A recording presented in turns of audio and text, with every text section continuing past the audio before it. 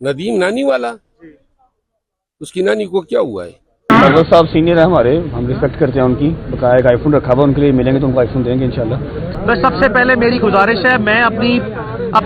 दोबारा गुजारिश जो है वो रिपीट कर देता हूँ। हमारे सेशंस कोर्ट में एक सिक्योरिटी टीम है जो तमाम लिटिगेंट्स को जो है वो डेली बेसिस पे इस तरह के जो हालात हैं जहां पे कहीं ना कहीं मीडिया प्रोफाइल केसेस हों, इनकी जिम्मेदारी है कि ये एडमिनिस्ट्रेटिव जो है कंट्रोल करते हैं, इनकी जिम्मेदारी है। प्लीज इनके काम में रुकावट मत डालें। यही हमारे जितने मीडिया के दोस्त हैं, जिस तरह एक लाइनअप किए हुए हैं,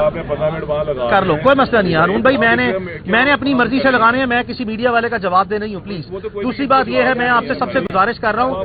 देखो मसला नहीं है, नहीं उनकी तरफदारी नहीं कर रहे, एक सेकंड, हम अपने आप को ऑर्गेनाइज कर रहे हैं। आप मुझे कहेंगे 3 घंटे जवाब दे ले, मैं बिल्कुल जो से आपको जवाब दे दूंगा, लेकिन हम सिर्फ अगर कोई काम नज़्मो ज़ब्त से कर सकते हैं तो हम उस तरह कर ले, ज्यादा बेहतर है। आपसे भी गुजारिश है गाजी साहब, जरा थोड़ा सा हमसे पेशेंट लीजिए सर। ये बताइएगा क्या हारून साहब, नहीं एक सेकंड, मैं हारून भाई आप लीजिए उससे पहले यू सर आप बताएं अली भाई, जो आज आप एक जो केस के सिलसिले में आप पेश हुए हैं और क्या मुकदमात हैं इनके ऊपर? थैंक यू हारून भाई, आज हम अदालत में आए हैं। हम जानते हैं कि ये NCCI ने पिछले 3-4 माह से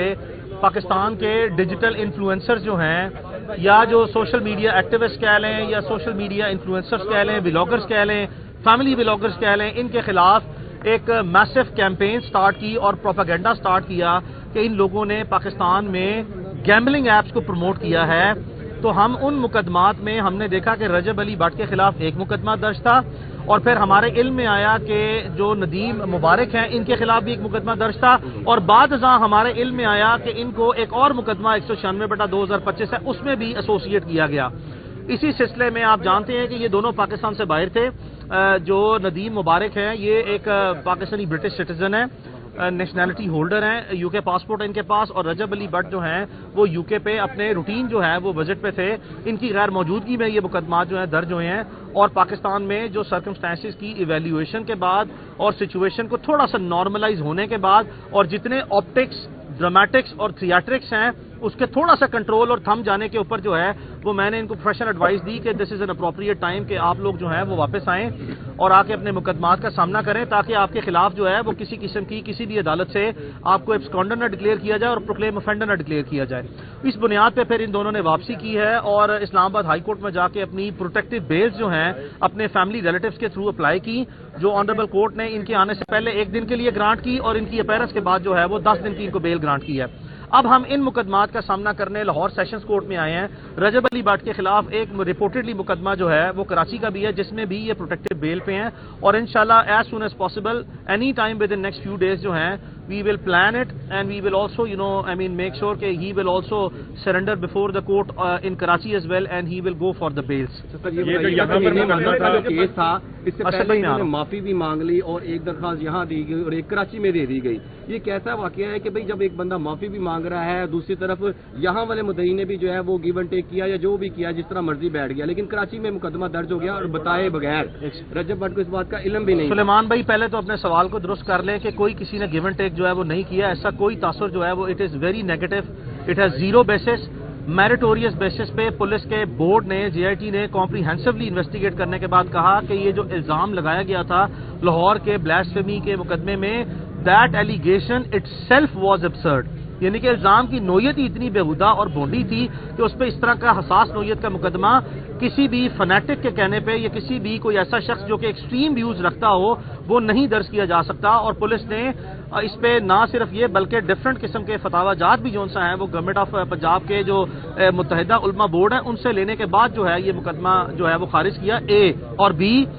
जो कराची वाला मुकदमा है उस मुकदमे की नोयत अगर यही हुई जो आप जैसा बता रहे हैं कि एक ही चीज पे 2 मुकदमे दर्ज होंगे, तो प्रिंसिपल ऑफ लॉ बड़ा क्लियर है,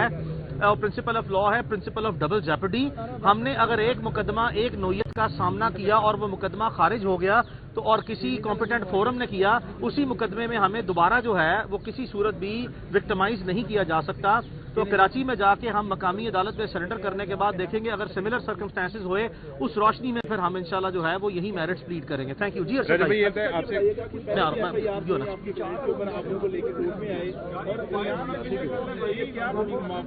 हुआ था कि रजब जो है वो बाहर चला गया और दोबारा आया, क्या वजह ارشد بھائی تھینک یو. ارشد بھائی بات یہ ہے کہ یہ رجب علی بٹ جو ہیں جب یہ پاکستان سے گئے تو ان کے خلاف کسی قسم کا کوئی مقدمہ نہیں تھا، بلکہ ایک اسٹیریوٹائپ نمبر آف انکوائریز بہت سے لوگوں کے خلاف جو ہے وہ چل رہی تھی. ان انکوائریز میں رجب نے ان انکوائریز کو جوائن کیا اور انہی انکوائریز میں اس نے اپنی ایک جو ڈیفنس سٹیٹمنٹ تھی پریلیمنری ڈیفنس سٹیٹمنٹ وہ بھی سبمٹ کرائی، اور وہ اس نے رجب علی بٹ نے خود بھی جمع کرائی، اور میں نے بطور اس کا وکیل اس کے ایک نہیں دو نہیں بلکہ تین جو ہے وہ نہ صرف یہ کہ بیانات جمع کرائے بلکہ اس سٹیٹمنٹس کے ریمائنڈر بھی میں نے جو ہے وہ NCCI کو بھیجے، اور ان کو میں نے ریکویسٹ کی تھی کہ سپریم کورٹ اور ہائی کورٹ کی ججمنٹس کی بیسس پہ they are bound to provide us with the detail of allegation nature of complaint, جو انہوں نے تا وقت جو ہے وہ نہیں کیا. لہذا ہمارے پارٹ پہ فلی کوپریشن جو ہے وہ ہم نے ایکسٹینڈ کی ہے ایٹ آل پاسبل لیولس. اور دوسری بات یہ ہے کہ جہاں پہ کوشچن آتا ہے 1 منٹ آگے غازی صاحب، ہم دوسری بات یہ ہے کہ جہاں پہ سوال ہے کہ رجب علی بٹ کو ڈیپورٹ کیا گیا، میں آپ کو تھوڑا سا ڈفرنس بتا دوں as a law student of law. اگر ان کا ویزا ریووک کیا گیا یا کینسل کیا گیا جس پہ انہوں نے خود والنٹیرلی ڈیپارٹ کیا ہے، تو اس کو اکویٹ نہیں کیا جا سکتا کہ انہوں نے کوئی وہاں سے ان کی ڈیپوٹیشن ہوئی ہے. اگر ڈیپوٹیشن ہوئی، اگر ڈیپوٹیشن ان کی ہوتی تو لازمی طور پر جو ہے یہ ایئرپورٹ پہ FIA کو گرفتار کرتی اور ایک نیا مقدمہ جو سر. جی آپ بتائیں، آپ بتائیں. یہ بتائیے گا اگلا لائحہ عمل میں سوال تو رجب بھائی سے کرنا چاہ رہا تھا کہ آپ کیا سمجھتے ہیں رجب بھائی اگلا لائحہ عمل کیا ہوگا؟ کراچی جو ہے سلیمان 1 منٹ آپ جا رہے ہیں.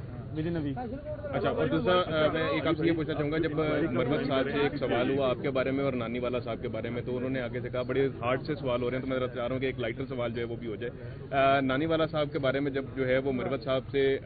سوال کیا گیا تو انہوں نے کہا کہ نانی والا یہ کیا نام ہوا، ان کو ان کی نانی نے پالا ہے. تو آپ سے بھی پوچھ لیتا ہوں، نانی والا صاحب سے بھی پوچھ لیتا ہوں کہ یہ وجہ کیا تھی اس نک نیم کی، ذرا یہ بھی جو ہے وہ آپ کے فینس بھی جو ہے دونوں کے کافی اس بارے میں.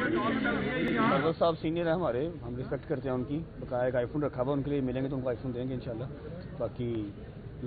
شکریہ. ٹھیک ہے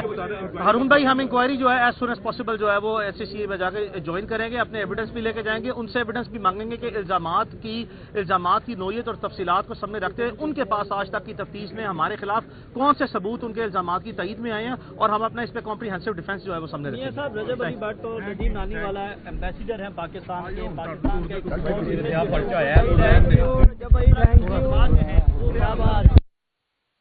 علی بھائی 2 منٹ سائڈ پہ کھڑے ہو کے مجھے ایکسپریس کے لیے کرنا ہے. آجو فوٹیج میں آنے دو رجب بھائی کے ساتھ.